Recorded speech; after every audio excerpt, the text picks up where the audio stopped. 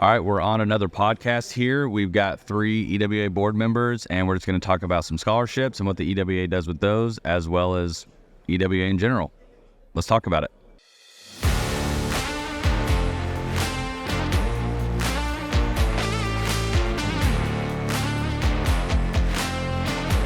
So we're here today with 3 EWA board members. Guys, if y'all don't mind, can you kind of go one by one? We'll start with you and just walk by, say who you are. If you want, you can mention your ranch name and then your position on the board. Yeah, my name is Doug Smith, Bear Creek Exotics. I'm second vice president of the EWA. I'm Dale Caffey. Our place is Caffey Bar 6 Game Ranch, family-owned ranch, right in the middle of the state. I'm currently the chairman of the board of the EWA. My name's Dave Henry. My family owns Rising Star Ranch in Caffey, Texas, and I'm the first vice president of the EWA. Good deal. So earlier, before we were on the podcast, we were kind of talking about scholarships. Dale, can you mention what that scholarship money is for and how it's used? The scholarships have grown substantially over the last few years. Whenever I started on that committee, it was $500 per each kid for a semester. Now we've bumped it up to $1,000, and it's for graduate. And there's really no specifications on it. When we first started it, it was more in and around Kerr County. Now we've pretty much opened it up to the whole state, and it's a process. Right. These kids are required to fill out an application and send it in. Not their advisor, not their counselor. They are. And then they come in and do interviews, and they're sitting in front of about 5 or 6 guys. And it's at the EWA office. It's very intimidating. You've been to the EWA office in the back. That's where we have it. You walk in there with all them animals, and them kids are looking it up like, oh my goodness, and they're shell shocked just walking in that room. Right. But they come in, and we'll interview probably 15 to 20 in one day. And you'd be surprised how many of them kids are just outstanding, and it's hard to decide. Usually we'll have 6 or 7 that we give out, and there's some that are EWA sponsored, and when I say EWA, it's part of the EWA itself, but then there's also members of the EWA that sponsor one. And then we have some that are Second Arc sponsored. Gotcha. And is that just for a college fund, or what is that money used for? It's for a college for tuition. Like I said, $1,000 a semester, so it's up to $8,000 for 4 years. And it doesn't get sent to the kids; it gets sent to the university or college, wherever they're going. Now, one thing about ours that is a little bit different is these kids are responsible for their scholarship. Meaning, if they want it, they have to send us they have to send the office their transcript, and a couple of other things by a certain date. And unfortunately, and whenever we have our interviews with them, we tell them, this is on you. It's not on your parents to get it done. So we want them to be responsible. Responsibilities. Yes. Yeah. And you'd be surprised. We've had some drop out because of that. And so do they have a requirement of what their degree is, or is it just no requirement on degrees? There is a requirement on GPA. Yeah. I'm pretty sure it's under 2.5. You have 1 semester to bring it back up. And then we actually have some that are trade schools.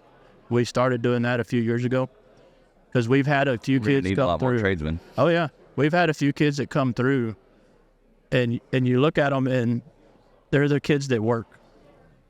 And not saying the other kids don't. Right. But their transcript is, and these are, okay, let me back up. These are from smaller schools. Well, right. You have Tivy, you have Comfort, you have some from Medina, Lakey. You have quite a few from Lakey. And then we've had a few from other parts of the state. But you get these smaller schools, most of these kids are workers. Right. We've had kids come through there, like we just had one this year he was a welder. that's what he wanted to do. Well, that's a 2-year program. Right. So we said, you want it, and we have that discussion afterwards, after everybody's left, and we're all looking at each other, and the kid might not be the best interview, but you can tell he's a worker. Right. So we're like, we're giving him something. So if anyone that's listening, is there a place, like, do they just call the office? How do they make donations? You can call the office to do that. You can go through either EWA or Second Arc, whichever one.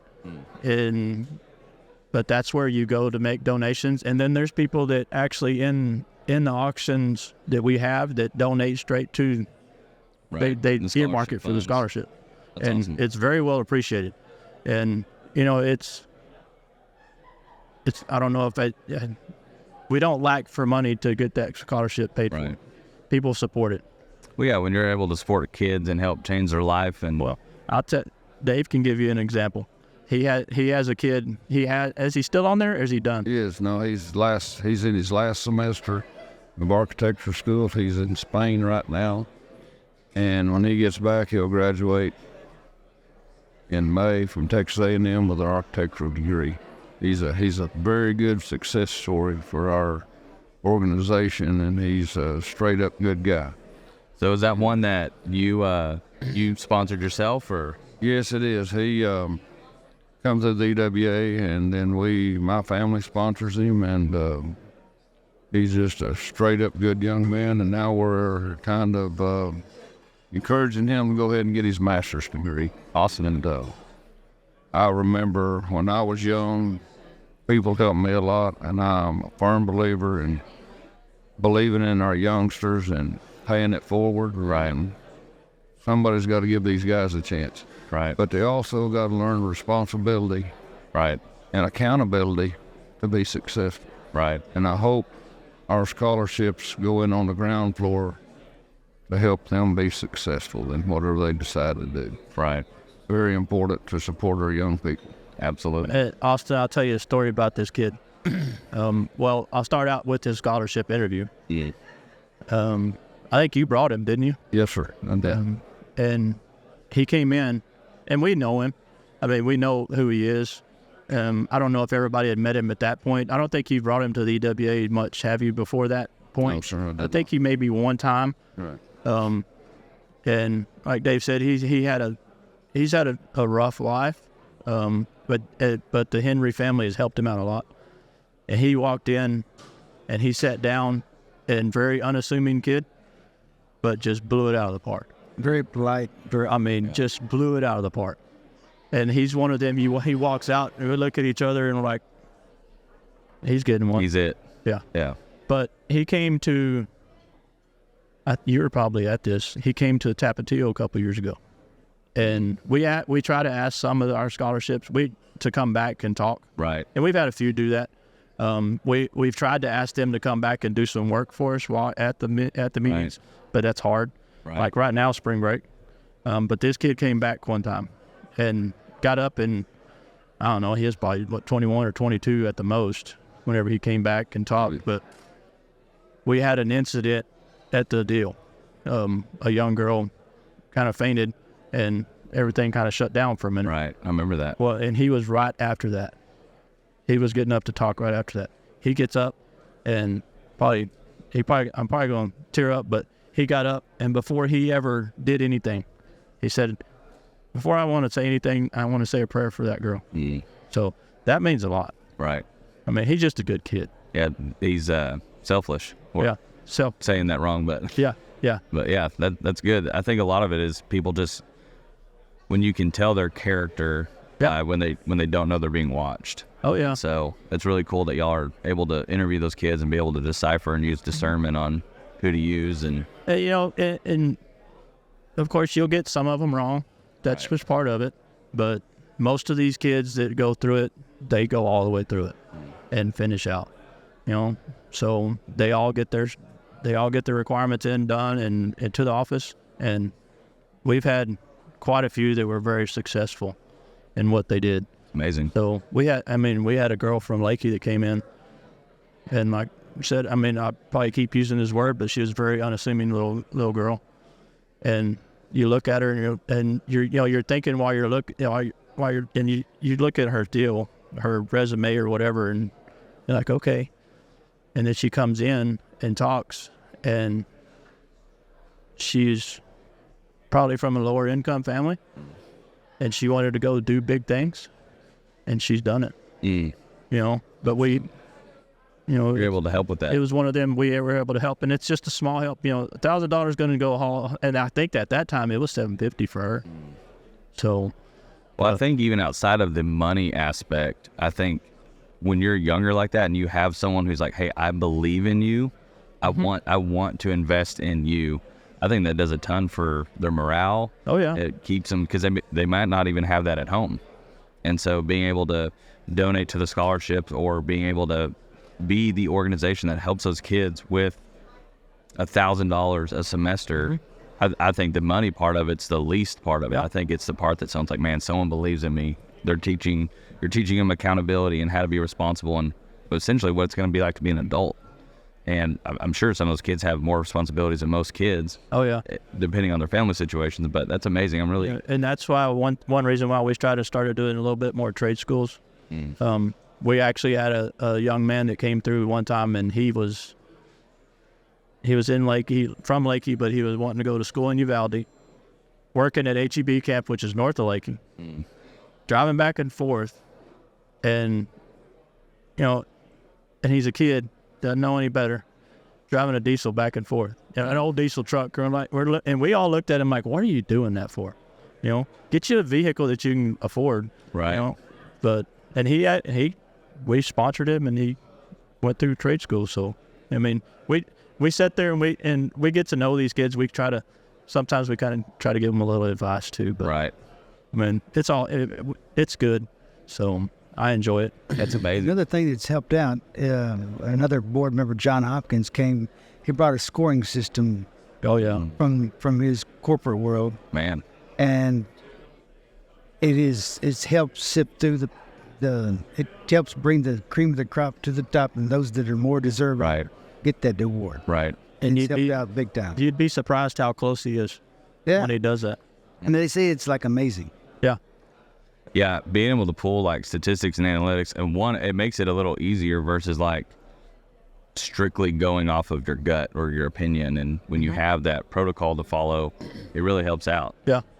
And there's times where we're sitting in that meeting and we come across a kid and we're like really good. And then we're like, and then we get somebody else, and we look at him and say, "What does your spreadsheet say?" And not going off of his analytics, right. But it usually goes the same way we were thinking. Right. So, but yeah, I appreciate it. So like, we'll shift gears a little bit. So like, all of you guys are on the board, but you're also landowners. Can you guys kind of walk through what is it that EWA does for landowners? Because some people might be landowners, but they might not be an EWA member, so they don't know what their membership money goes towards, what their donations go towards. So can one of y'all or a couple at any point kind of just chime in on what the EWA does to fight for landowner rights? Want to start, Doug?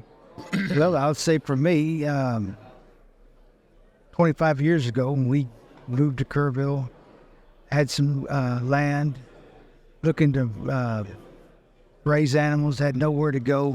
I was able to find the EWA catalog, had all the member lists in there, called them, got the right direction, told me what type of animals to get, and what animals mixed well with others. And then we started building the ranch. I had the EWA in the background fighting for our lobbyists, fighting for our rights, land rights, our water rights, and allowing us to continue to raise and sell these animals. Right. Absolutely. We bought our ranch in 2005 and got it ready to go. And I bought my very first animals from Dale's father, Mr. Terry Caffey. And he has been a mentor of mine ever since. I appreciate him. I love him. Wonderful family.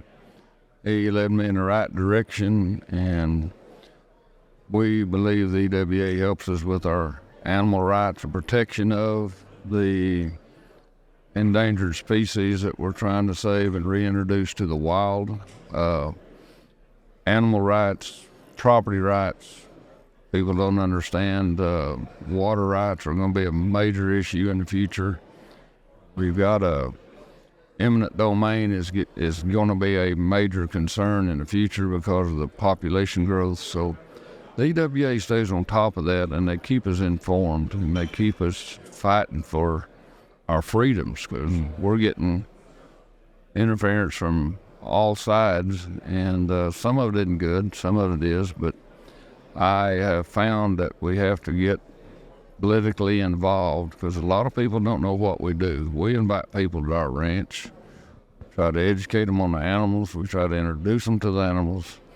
Some people don't even know these animals exist, so we're trying to do the good for the animals and the good for the public in understanding our way of life, and that's what the EWA fights for every day, and it's a serious, major part of our existence. Well, I told you earlier, we've been involved in my family has in the EWA for almost 40 years probably. My dad's boss went from sheep and goats and cows to exotics. And at one time, Dad was one of the, I'm kind of biased on this, but he was one of the axis experts in the state. And did a lot of seminars at the YO and served on the board for I don't know how many years, 25 probably. And he was first vice president, and second probably just like Doug was, and Dave. But I grew up here. Right. I grew up in this environment. I can remember when there wasn't hardly any people at these things back in the 80s, but it's always, and the reason it was formed in 1967 was private property rights in these animals. That's the main reason. And that's what we try to keep going towards with the board now. And our board is very diverse. Right. We We have trappers, guys that catch every day, all the way to, businessmen. Right. But everybody owns animals. That's one requirement to be on the board, is you have to own an animal, Right. an exotic, Or be in the animal industry. and to be in the animal, or be in the animal industry. Yes, and we have quite a few people, and like I said, very diverse. We have one of the, I might be stepping out of line here, but one of the best vets in the state when it comes to exotics on our board. How many people can say that? And I would say it's a fact. has them on their speed dial. Yeah, Right. and And he'll call you back. yeah, and he'll call you back, and then and you go from Dave, who owns his own company outside of this and has his own ranch, but you got the business sense. And Doug's a numbers guy. He understands stuff like that, and I'm more of the common on side of the exotics. Doug has more supers. Right. But And go ahead, Doug. prior to getting and knowing the EWA, I didn't know what a kudu looked like. I didn't know how to spell it. I didn't know you could buy one. That's 4 letters, Doug. Yeah. That's what I'm saying. And two of them are the same. That's right. But, after finding that book, talking to the members, some of them were the founding fathers, it just changed. It opened up doors for me that I didn't even know existed. Right. I didn't know you could go buy a zebra. I didn't know people raised them. Now they're here in the hill country. It's just they're everywhere. Yeah. It's A lot of people don't realize that. Even in Houston, it just Right. Yeah, I'll tell you this story. I got a call yesterday. Actually, I got one a while back, but the lady just called me yesterday from Tarleton, and Dave said it earlier about education. I'm more on the education side. I want people to know what we do, Right. and I try to get kids from local schools to come out. Sometimes it's hard, but I had a call yesterday from somebody from Tarleton that was going on a trip that wanted to come and see what we do. Right. I'm not going to turn them away, and I doubt any of these guys will turn them away if they call and want to come. Right. Because there's not I don't want to say not many people, but there's not as many people as you think that know what we do. Right. You know. Yeah, well, we always say something that people don't know what they don't know. It sounds like a simple comment, but like you said, you didn't even know what a kudu was. That is exactly right. And now I would say like you're a staple ranch in the industry. Yeah. So a lot of people now like that's kind of the heart behind this. We want people to know, like, I mean, even Jason Reed, he wasn't even a member until 2 years ago, and look how much he's helped and done. Oh my gosh. And so it's like people that might be listening to this or might be finding out who the EWA is like, just because you don't know this species doesn't mean you can't have an impact. Doesn't mean you can't join. Doesn't mean you can't be a part of. Well, and then you throw in people that are actually in this business who aren't members. Right. And I know people personally that aren't. And I look at them and say, why aren't you a member? They're like, why? Why do I need to be? Right. I said, if it wasn't for the EWA, you wouldn't be able to be doing your job. You wouldn't have all these rights. You wouldn't be able to go catch them animals, you know, and have a free marketplace to go sell them. Right. Oh, well, I mean, it's trying to get, I deliver to ranches all over the state. Right. And Dave has asked me this question because I'll call him. I got somebody over there close to him, and I'll call him and say, "Hey, Dave, you know, this guy's wanting to know about feed in your area." And his first question to me was, "Is he an EWA member? We need to get him an EWA member." I'm like, "Dave, I'm trying to deliver animals and sell animals right here. I'm trying to help you out. I didn't even think about asking him that. I'm sorry, but you know, but that's something we ask, and Right. I don't know if Doug does whenever he goes to places, but that's something that Absolutely. I've learned to start asking. You know, Well, even if they have this sign on the gate, you know, we go to about 100 ranches a year, and I don't think about it until I see it, and I'm like, I don't think I've seen one of those signs in a while. Yeah. But like even just making it a point to have those conversations and keeping it at the forefront of your mind of even having that, or like that's what I've been talking to Pete and Charlie about is like, what can we do to like have educational stuff to guys that own either tens or hundreds of thousands, maybe millions of dollars of animals, and they're not an EWA member. Yeah. Because they don't know why it benefits them. wow. And another major benefit of being a member, you have a code of ethics you have to follow. So when you're buying from somebody versus a non-member versus a member, you've got some clout there. Some insurance. They've got your insurance. That's Yeah. And that's when, you know, we have, like Doug said, we have a code of ethics. And I mean, you treat the animals right. Right. And the customer's right. And the customer's right. And if you don't, you know, Since 1967, it's interesting to think about how many animals could have or would have become extinct without the impact of the Exotic Wildlife Association. Yeah. Right. And the battles we fight every day. Without support, animal lovers and regular people that care, we would be fighting a losing battle. And some of the species that we raise here in Texas and that they're plentiful, we're able to take back to their homeland and try to restock and crew stocking programs. And Right.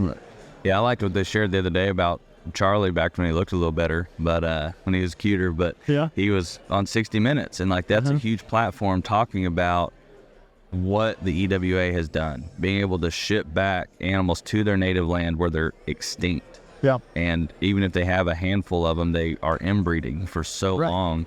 And even EWA, like that was something I learned. EWA funded that fully, even for 5 years of feeding the animals, because the embassy or whoever it was, they were like, we don't have the money to do this. And the EWA said, we'll take on that charge. I think we because paid for care about fencing and everything. Yeah.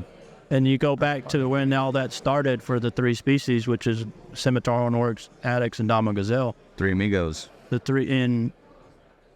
I went up to D.C. and talked to people. My dad went up there. Eddie Blasingame went up there, I know. I can't remember who all else went, but had been up there before. And it's just getting your word out is all it is. Right. Yeah. And it took a little while to get those three done. And we're working on 7 more. But it adds the value to the animals. Right. Whenever that was going on, the Scimitar and Oryx, their value dropped. Right. Well, if an animal's worth nothing, there's no incentive to raise it because it's economics. You know, Nobody's going to raise it for free. To get that warm, fuzzy feeling. Right. They just pay the people. make money off of it. It's Right. We can't do it. It's just not profitable. But we ask people to get politically connected, because you don't know how many people in the local level and state level and international level don't know what we're doing. They don't know animals, and we need their help. So I encourage anybody that has a passion for animals to get involved. Give us a call. We'll help you. We'll answer your questions, and we'll even come see you at your ranch and help you and let you know what we've learned. You're looking at a guy that does everything twice.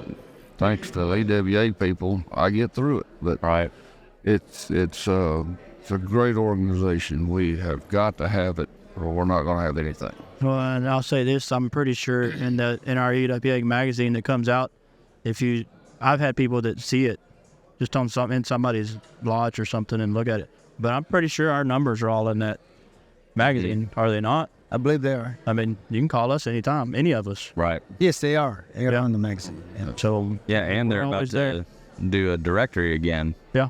So it's going to have all the members' phone numbers, all their emails, the ranch names, their businesses. So that's going to be a huge deal and that's a big deal for my mind of people, like you said.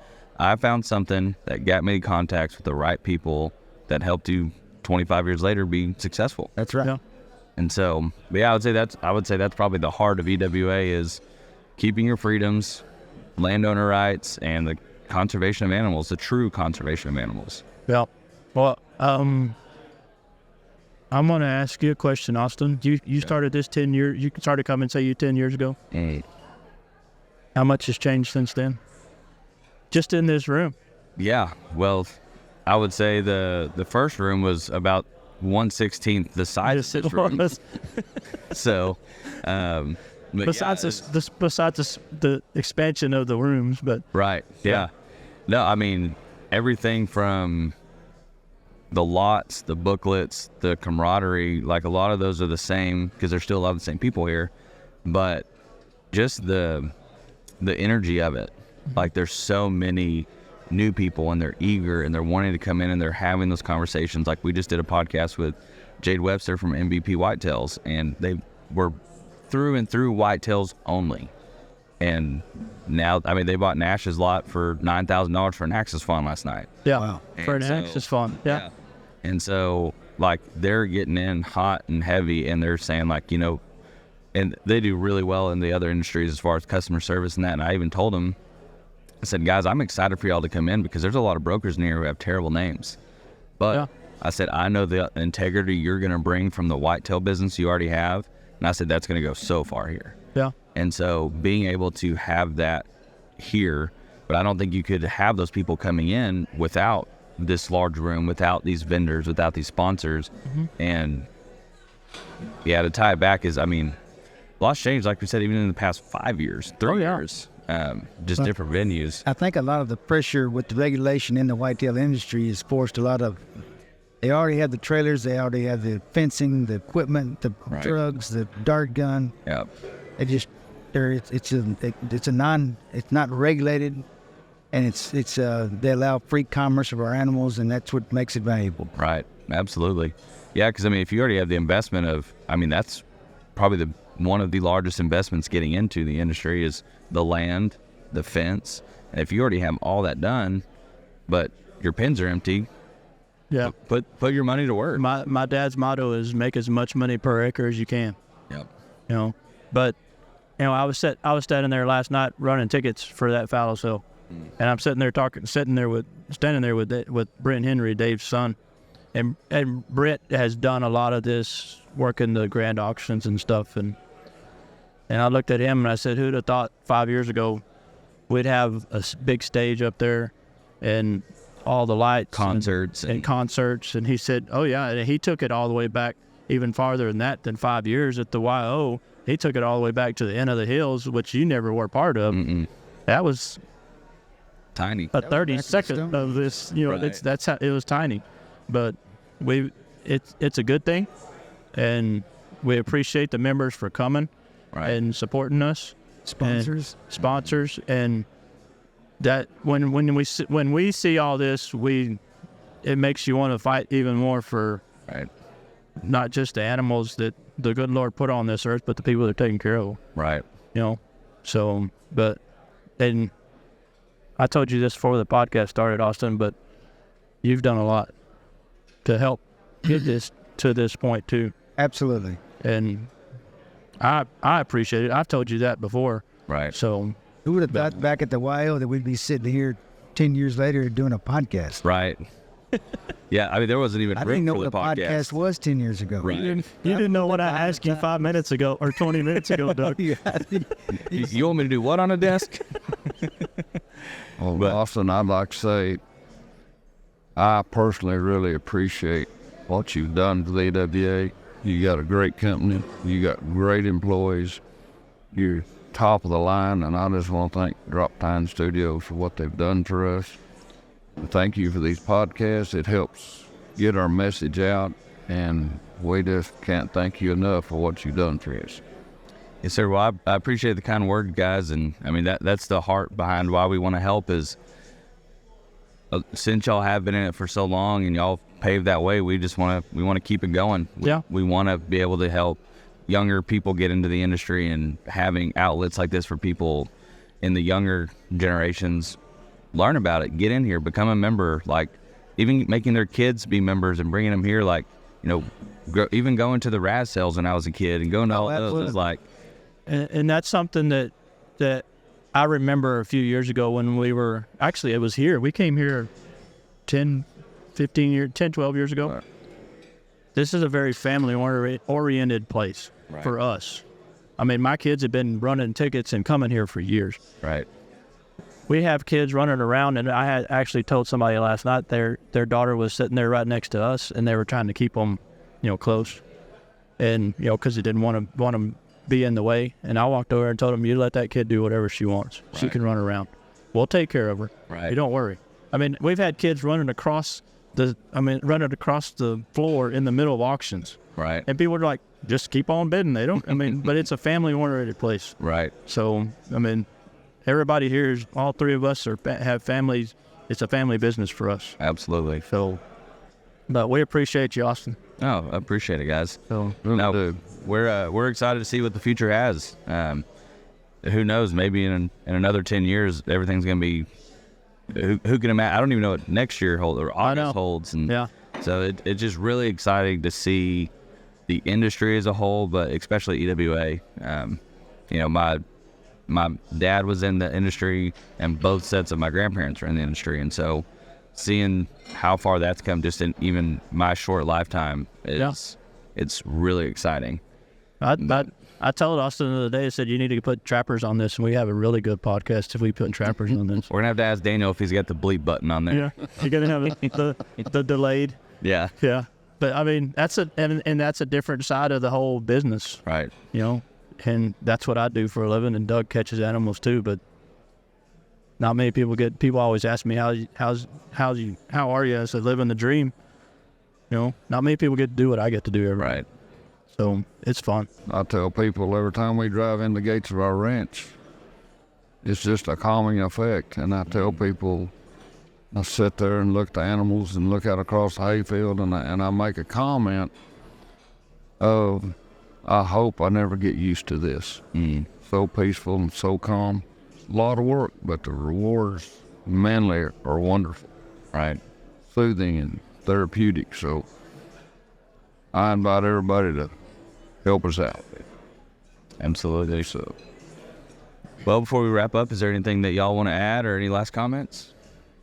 No, just like on what Dave said, my dad's been doing this for years, and he goes out and sits at the ranch and just sits there. Yeah.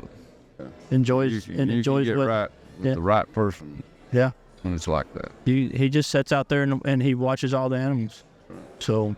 Yeah, it's pretty crazy to know that God's trusted us to steward these animals and just watching them and seeing the different species. And like, it sounds cheesy, but like just being at a ranch as the sunset's going down and you're looking out at all these different animals. I mean, it's breathtaking. Well, I've told the board, and I've said it in my chairman's note, but I'm serious. I pray for this organization every day. Right. So, and believe it or not, the animals will talk to you. Oh yeah. They will, in their own way, they'll let you know what's going on. Right. He gave us the opportunity to take care of the animals he put on this earth. And What a privilege. They're pretty cool animals too. Yeah. They are that. Yeah, really cool animals. But we appreciate it, Austin. Yeah. Well, thanks, guys. It was a great episode. I think it's going to be really helppful for everyone. But I guess we'll wrap up. So thank you guys for watching and tuning in, and we'll see y'all soon. Thank you. Thanks, guys. Sure. Appreciate it.